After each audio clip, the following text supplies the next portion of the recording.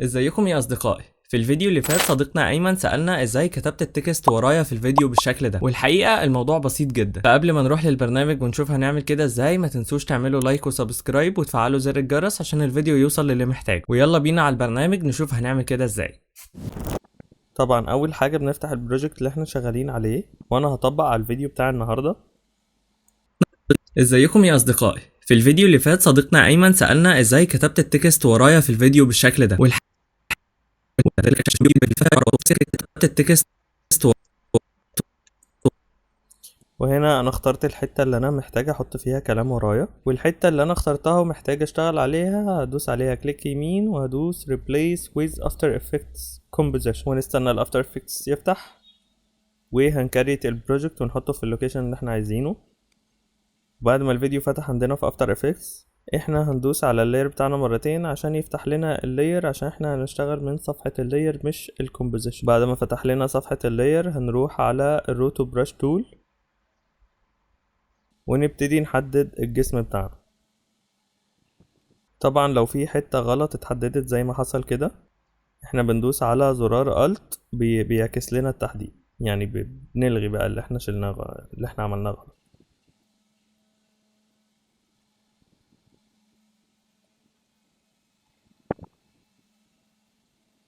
ورايا في الفيديو بالشكل ده، ورايا في الفيديو بالشكل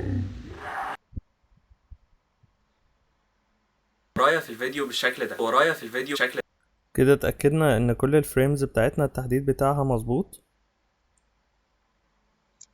بالشكل ده، ورايا في الفيديو بالشكل ده، ورايا في الفيديو بالشكل ده، ورايا في الفيديو بالشكل ده، ورايا في الفيديو بالشكل ده، ورايا في الفيديو بالشكل ده، ورايا في الفيديو بالشكل ده، ورايا. هندوس بقى على كلمة فريز.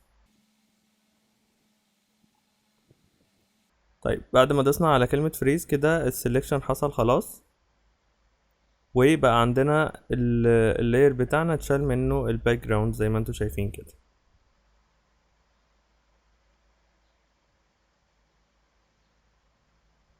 فهننسخ اللاير بتاعنا عن طريق ان احنا ندوس كنترول دي، وهنيجي على اللاير اللي تحت نشيل الافكت من عليه عشان يبقى عندنا الباك جراوند عادية، وهنيجي نروح للتول بتاعة التكست ونكتب اللي احنا عايزينه.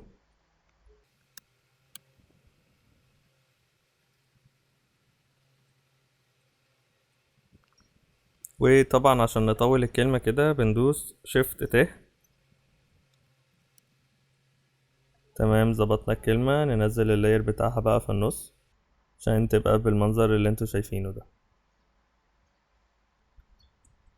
بس كده يا اصدقائي، هو لما نخلص كتابة الكلام اللي احنا محتاجين نكتبه او نعمل الايفكت اللي احنا عايزين نعمله بالروتو براش تول، هندوس كنترول اس ونرجع تاني للبروجكت بتاعنا في ادوبي بريمير.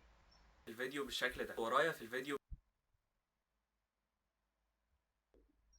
كده رجعنا على الادوبي بريمير كتبت وزي ما انتوا التكست ورايا شايفين في الفيديو بالشكل ده، والحقيقة الموضوع كتبت التكست ورايا في الفيديو بالشكل ده، والحقيقة الموضوع بسيط جدا. فقبل ما زي ما انتوا شايفين كده الايفكت سمع في ادوبي بريمير، وبعد كده نكمل شغلنا عادي ونحفظ ونعمل اكسبورت براحتنا.